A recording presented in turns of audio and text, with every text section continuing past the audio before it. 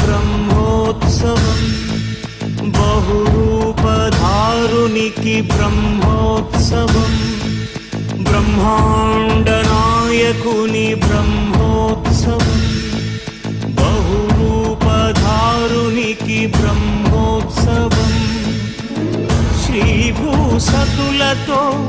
శరణాగతులతో శ్రీభూసతులతో శరణాగతులతో 7 కొండల పైన చక్కగా బ్రహ్మరూపునికి